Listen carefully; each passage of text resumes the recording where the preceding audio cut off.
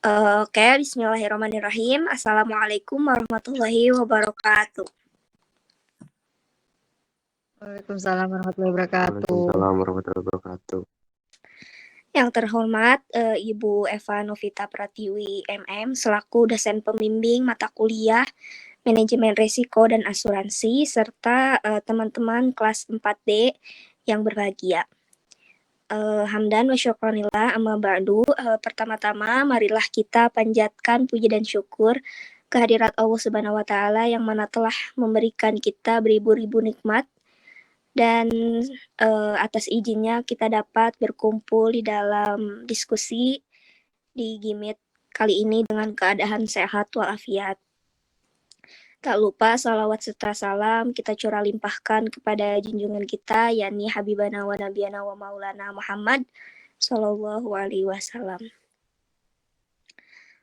Sebelumnya perkenalkan nama saya Novi Hairatunisa selaku moderator beserta anggota kelompok 4 yaitu Muhammad Reza Pahlepi, kemudian saya sendiri Novi Hairatunisa, yang ketiga ada Putri Sabila Nuraini, dan yang terakhir ada Raffi Muhammad Ihsan.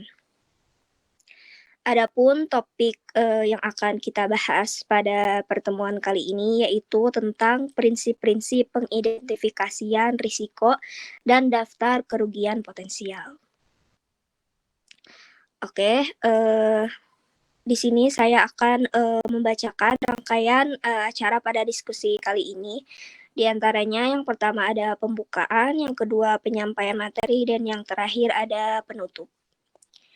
Baiklah, untuk memulai diskusi kali ini, marilah kita membaca basmalah bersama-sama. Bismillahirrahmanirrahim. Oke, acara yang selanjutnya yaitu penyampaian materi. Nah, materi yang pertama akan disampaikan oleh saya sendiri.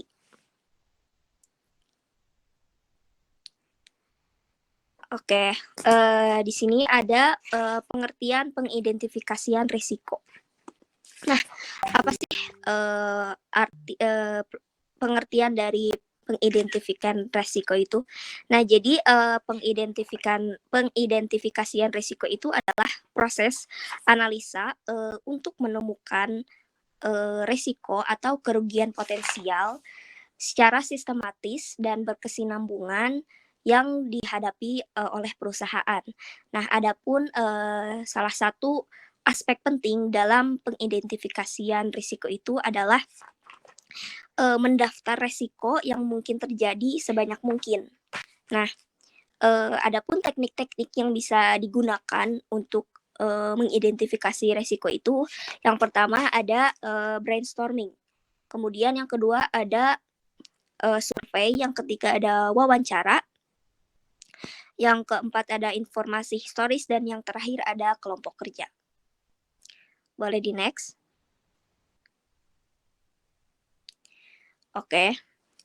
Selanjutnya materi tentang tujuan pengidentifikasian risiko. Nah, apa sih tujuan dari pengidentifikasian risiko itu?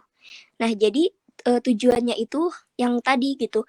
Jadi mengidentifikasi risiko-risiko atau kejadian-kejadian situasi yang mungkin terjadi kepada yang berdampak kepada tujuan pencapaian perusahaan gitu. Boleh di next. Nah, adapun proses dari pengidentifikasian risiko. Nah, ada 3. Yang pertama itu dimulai dengan mengumpulkan kejadian-kejadian atau isu-isu bagi perusahaan ataupun suatu proyek yang baru memulai gitu atau baru merintis. Nah, kemudian setelah dikumpulkan isu-isu tersebut, proses yang kedua itu baru dikelompokkan gitu. Nah, dikelompokkan menjadi beberapa kelompok dalam kelompok yang sejenis. Nah, tujuannya agar mencegah terjadinya pengulangan dan membantu manajemen dalam proses identifikasi risiko-risiko. Nah, setelah dikelompokkan, barulah proses yang terakhir yaitu membentuk tim. Nah, jadi perusahaan itu membentuk tim khusus untuk mengidentifikasi resiko yang mana terdiri dari manajer proyek, anggota-anggota proyek, tim manajemen resiko, ahli-ahli dari luar tim proyek yang menguasai atau memahami resiko yang sedang dikerjakan, ahli manajemen resiko, dan pemegang saham. Boleh di next. Oke, materi yang selanjutnya yaitu alat dan teknik pengidentifikasian resiko yang akan disampaikan oleh Raffi Muhammad Ihsan. Kepadanya saya persilakan. Oke, terima kasih untuk moderator. Saya akan menjelaskan alat teknik pengidentifikasian risiko. Ada beberapa banyak hal dari alat dan teknik pengidentifikasian risiko.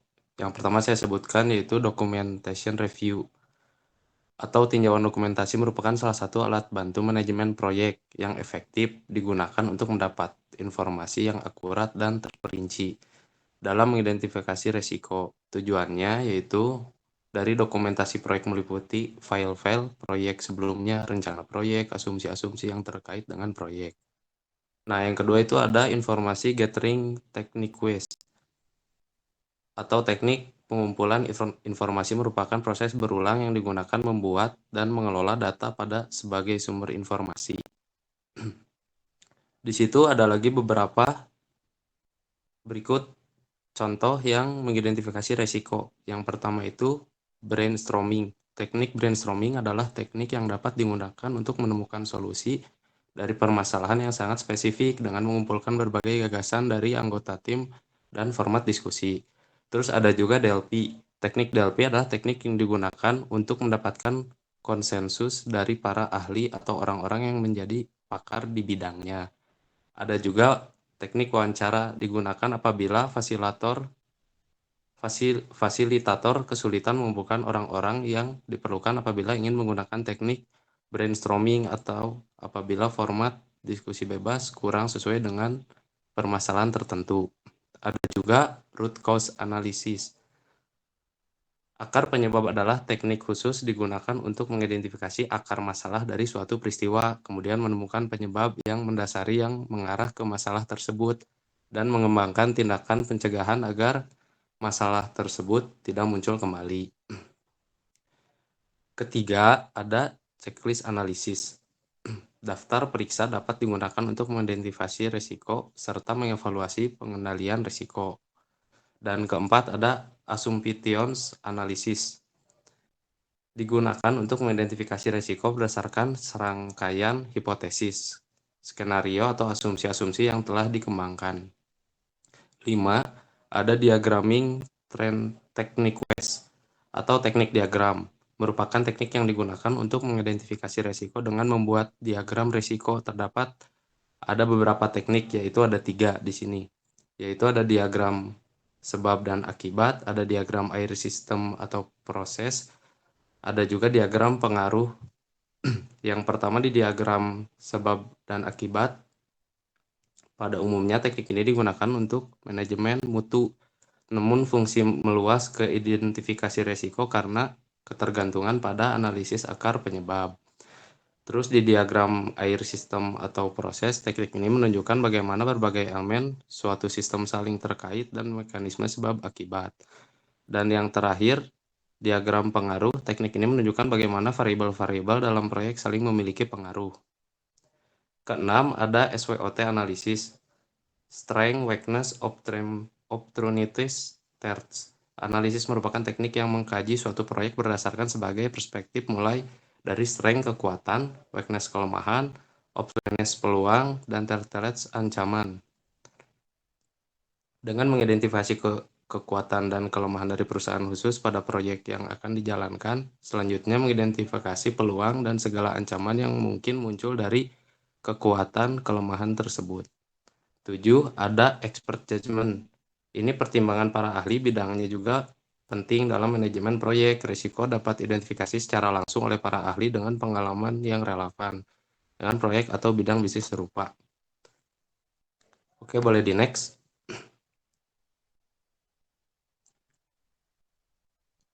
Nah, di PPT ada daftar kerugian potensial, yaitu kegiatan mengidentifikasi resiko akan menghasilkan suatu daftar mengenai kerugian potensi, baik mungkin menimpa bisnis maupun bisnis apapun. Daftar ini disebut daftar kerugian potensial atau checklist.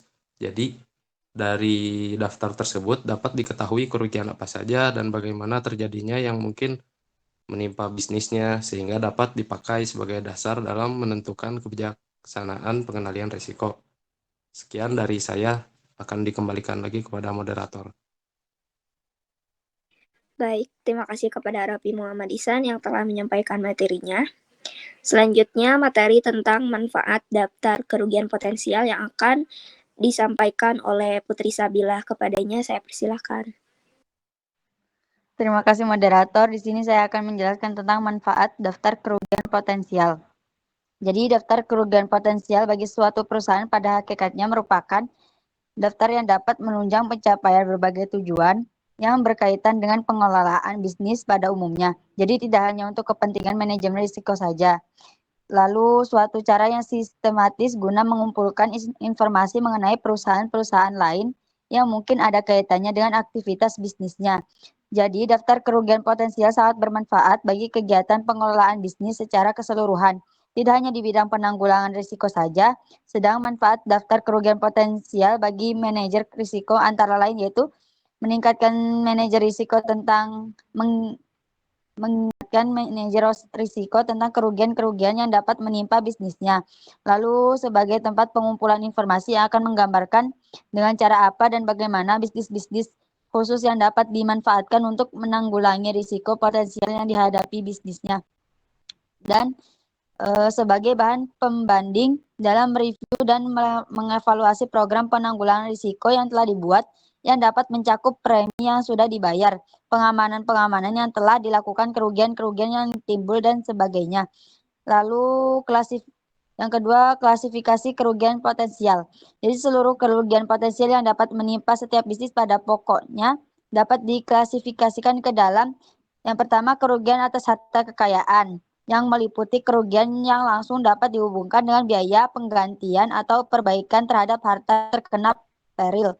Yang kedua yaitu kerugian yang tidak dapat secara langsung dihubungkan dengan peril yang terjadi, yaitu kerugian yang diakibatkan oleh rusaknya barang yang terkena peril. Jenis kerugian ini disebut kerugian tidak langsung.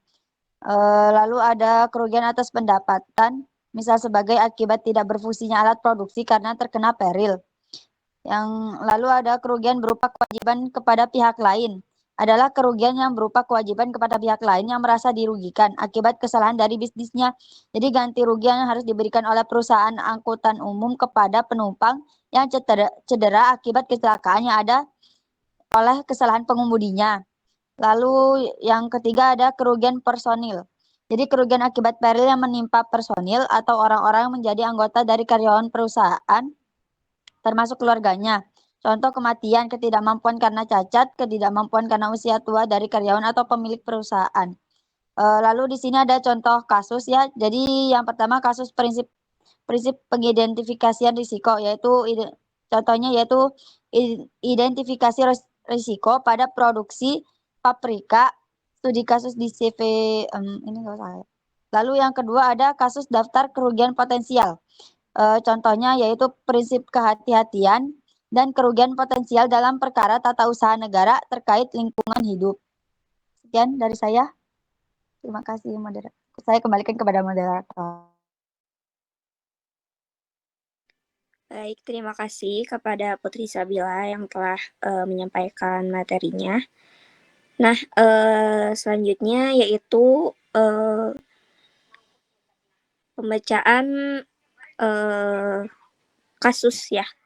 Di sini ada contoh kasus yang akan disampaikan oleh Raffi Muhammad Ihsan. Kepadanya saya persilakan. Oke, terima kasih moderator.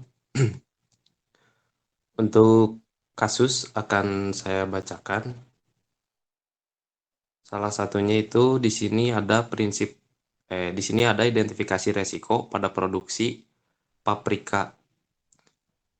Di sini tertulis Indonesia merupakan negara agraris yang dapat menjadikan sektor pertanian sebagai sumber mata pencarian yang utama.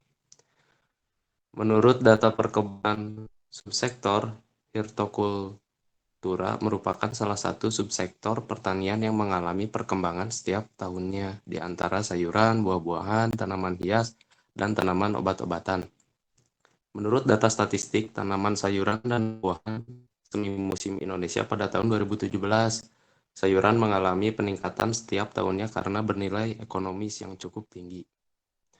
Menurut data statistik tanaman sayuran dan buah-buahan semusim Indonesia 2017, paprika merupakan salah satu komoditas yang baik untuk terus berkembang atau dikembangkan karena paprika memiliki pertumbuhan tertinggi dibandingkan dengan sayuran lain dan juga paprika termasuk golongan sayuran eksklusif dan bernilai ekonomis.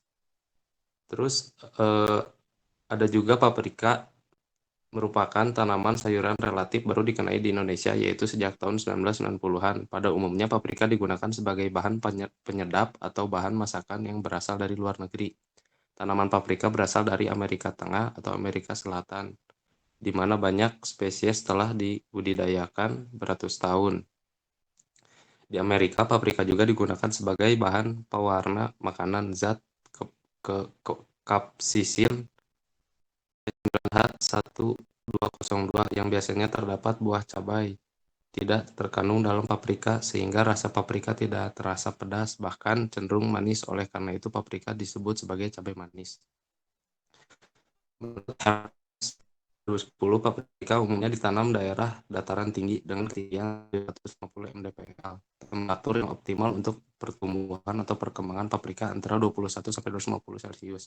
Sedangkan untuk pembentukan buah paprika memerlukan 15 sampai 180 Celcius, merupakan tanaman semusim yang dapat tumbuh di daerah dataran tinggi. Menurut statistik tanaman sayuran dan buah-buahan semusim Indonesia 2017, di Indonesia terdapat beberapa daerah yang cocok memproduksi tanaman paprika seperti Jawa Barat, Jawa Timur, Bali, Nusa Tenggara Barat, Papua, karena tanaman paprika dapat dikembangkan pada daerah dataran tinggi. Provinsi Jawa Barat merupakan penyumbang terbesar di produksi paprika nasional, salah satu Civi-Centigi yang merupakan sentra produksi paprika di daerah Cikandang, Kabupaten Garut, Jawa Barat. Civi-Centigi memproduksi berbagai jenis paprika yaitu paprika hijau, merah, kuning, dan oranye. Harga jual yang berbeda-beda. Paprika dengan harga yang paling tinggi yaitu paprika oranye, sedangkan yang paling rendah yaitu paprika hijau. Pangsa pasar dari Civi-Centigi ini yaitu pasar konvensional dan supermarket. Civi-Centigi masih belum mampu memenuhi kebutuhan pasar dalam negeri karena jumlah produksi yang belum maksimal. Salah satu faktor penyebabnya yaitu adanya resiko-resiko yang terjadi ketika proses produksi seperti tanaman terkena hama dan penyakit, cuaca yang tidak menentu sehingga menghambat proses produksi dan dapat menurunkan produktivitas. Berdasarkan hasil penelitian, didapatkan hasil simpulan sebagai berikut yang saya akan bacakan. Yang pertama, setiap kegiatan produksi paprika pada Civi-Centigi yang terdiri dari persiapan tanaman penanam, pemeliharaan, pengendalian OPT, panen, pancas panen, pengemasan, hingga pemasaran mengalami resiko. Yang kedua, berdasarkan hasil identifikasi resiko, Civi-Centigi mengalami 25 kejadian resiko dengan tingkat keparahan tertinggi, yaitu tanaman terserang hama. Aksi mitigasi yang baru dilakukan terlebih dahulu yaitu pengendalian OPT dengan tepat. Berdasarkan simpulan dan hasil penelitian yang telah diperoleh, saran yang dapat direkomendasikan yaitu yang ditulis di sini. Pertama, bagi petani paprika apabila ingin memproduksi paprika maka budidaya dilakukan greenhouse agar bisa menjaga suhu tetap optimal. Yang kedua, sedangkan bagi penyuluh pertanian yaitu lebih berperan lagi dalam memberi ilmu kepada petani seperti mengadakan sosialisasi mengenai SOP budidaya tanaman paprika, penanganan hama penyakit yang tepat, international Champion on Testompetra sehingga dapat mengatasi permasalahan yang terjadi pada budaya paprika. Mungkin kasus yang saya bacakan itu dari salah satunya. Saya kembalikan lagi kepada moderator. Baik, terima kasih kepada Raffi yang telah memberikan contoh tentang kasus prinsip-prinsip pengidentifikasian risiko. Nah, selanjutnya yaitu contoh kasus dari daftar kerugian potensial yang akan disampaikan oleh Putri Sabilah kepadanya. Saya persilahkan. Terima kasih moderator. Jadi contoh kasus dari daftar kerugian potensial ini yaitu prinsip kehati-hatian dan kerugian potensial dalam perkara tata usaha negara terkait lingkungan hidup.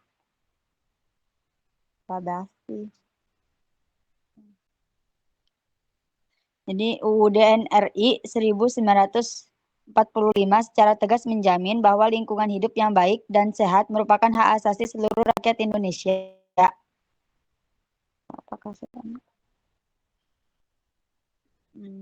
Ketentuan tersebut tertuang dalam pasal 28H UUD NRI 1945 yang menyatakan setiap orang berhak hidup sejahtera lahir dan batin, bertempat tinggal dan mendapatkan lingkungan hidup yang baik dan sehat serta berhak memperoleh pelayanan kesehatan.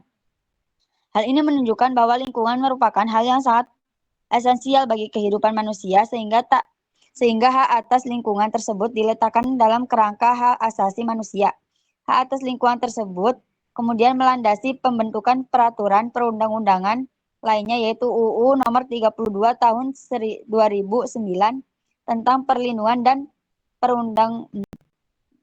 dan pengelolaan lingkungan hidup yang menggantikan UU nomor 23 tahun 1997 tentang pengelolaan lingkungan hidup, PP nomor 27 tahun 1999 tentang analisis mengenai dampak lingkungan dan peraturan lainnya. Nah, perlindungan dan pengelolaan lingkungan hidup yang menjadi kewajiban negara, pemerintah, dan seluruh elemen masyarakat menjadi hal yang penting sebagai upaya mencegah terjadinya pencemaran dan kerusakan lingkungan. Upaya tersebut dilakukan melalui tindakan perencanaan, pemanfaatan, dan pengendalian, pengawasan, serta penegakan hukum. Pengelolaan lingkungan hidup memberikan kemanfaatan ekonomi, sosial, dan budaya serta perlu dilakukan berdasarkan prinsip kehati-hatian, demokrasi lingkungan, desentralisasi, serta pengakuan dan penghargaan terhadap kearifan lokal dan kearifan lingkungan. Sehingga lingkungan hidup Indonesia harus dilindungi dan dikelola dengan baik. Berdasarkan definisi lingkungan hidup baik yang diberikan UU PLH atau UU PPLH, dapat dilihat bahwa lingkungan hidup merupakan suatu sistem yang mencakup keseluruhan keanekaragaman hayati dan non-hayati yang keseluruhannya mempengaruhi kehidupan dan kesejahteraan manusia serta makhluk hidup lainnya. Istilah keanekaragaman hayati merujuk kepada tingkat keanekaragaman sumber daya alam yang dimiliki pada daerah tertentu. Istilah ragam hayati mencakup 3 tingkat pengertian perbedaan yaitu keanekaragaman genetik, keanekaragaman spesies, dan keanekaragaman ekosistem. Nah, pentingnya keanekaragaman hayati sebagai sumber daya alam bagi kehidupan manusia dan makhluk hidup lainnya menjadikan sangat penting untuk dilindungi dan dilestarikan. Secara tidak langsung ikut pula di dalam proses penegakan hukum. Bahkan sejak tahap awal proses pengambilan keputusan, dengan begitu masyarakat dapat lebih dekat dan terlibat dalam proses pelestarian dan pengelolaan lingkungan hidup. Selain itu, masyarakat juga ikut serta mempertahankan hak asasinya dari rencana kegiatan atau usaha yang dapat merugikannya dan lingkungan. Salah satu kasus yang cukup mencolok mengenai penerapan hak aktif ini adalah tindakan yang dilakukan beberapa yayasan yang terlibat dalam perlindungan lingkungan dan konsumen yang mengajukan gugatan atas surat keputusan Menteri Pertanian nomor 107 KPTS KB.430 2001 tentang pelepasan secara terbatas kapas transgenik sebagai varietas unggul dengan nama Nukoten 35B tanggal 7 Februari 2001. Pada penggugatan merasa bahwa surat keputusan tersebut berpotensi memberikan kerugian bagi masyarakat yang diwakili oleh yayasan-yayasan tersebut. Nah, kasus kapas transgenik tersebut kemudian menjadi sorotan masyarakat luas di awal tahun 2001. Nah, surat keputusan yang menjadi objek gugatan ini menjadi permasalahan karena dikeluarkan tanpa dilengkapi dokumen AMDAL sebagai persyaratan dikeluarkan izin usaha yang seharusnya dipenuhi PT Mangrove sebagai pemrakarsa kegiatan. Dokumen AMDAL ini menjadi sangat penting karena kegiatan yang akan dilakukan PT Mangrove berkaitan dengan tanaman transgenik yang berpotensi menimbulkan kerugian bagi lingkungan. Jadi yang bisa kita dapat melalui analisis atas permasalahan yang ada adalah yang pertama itu penerapan prinsip kehati-hatian dalam hukum lingkungan sebagai alasan gugatan berupa kerugian potensial dalam perkara tata usaha negara belum dilakukan dengan baik oleh para penggugat, tergugat maupun majelis hakim. Ketiga pihak ini belum memahami dengan baik mengenai prinsip kehati-hatian dan penerapannya dalam melihat adanya suatu kerugian potensial atas diterbitkannya suatu keputusan tata usaha negara. Nah, dalam pertimbangannya, majelis hakim menolak gugatan karena sifat peradilan tata usaha yaitu posteriori. Hal ini membuat majelis hakim belum dapat melakukan penilaian terhadap kegiatan dan potensi dampaknya sebelum kegiatan tersebut dilakukan atau sebelum akibat merugikan dari kegiatan tersebut benar-benar terjadi secara nyata. Di samping itu, majelis hakim telah lalai melihat arti prinsip kehati-hatian terhadap lingkungan karena hanya melihat serangkaian publikasi, rekomendasi, dan risk assessment mengenai pelepasan secara terbatas kapas transgenik. Yang ketiga yaitu gugatan tentang lingkungan hidup merupakan hal yang tidak bisa disamakan dengan gugatan tata usaha negara lainnya. Karena sifat kerugiannya jauh berbeda. Ketika terjadi kerusakan potensial terhadap lingkungan, maka hal tersebut ditanggulangi dengan tindakan preventif sehingga kerusakan yang ditakutkan tidak akan terjadi. Hal tersebut sama dengan prinsip kehati-hatian dengan tujuan menghindari terjadinya kerusakan pada lingkungan hidup mengingat sifat lingkungan hidup yang susah untuk dipulihkan. Sekian dari saya kembalikan kepada moderator.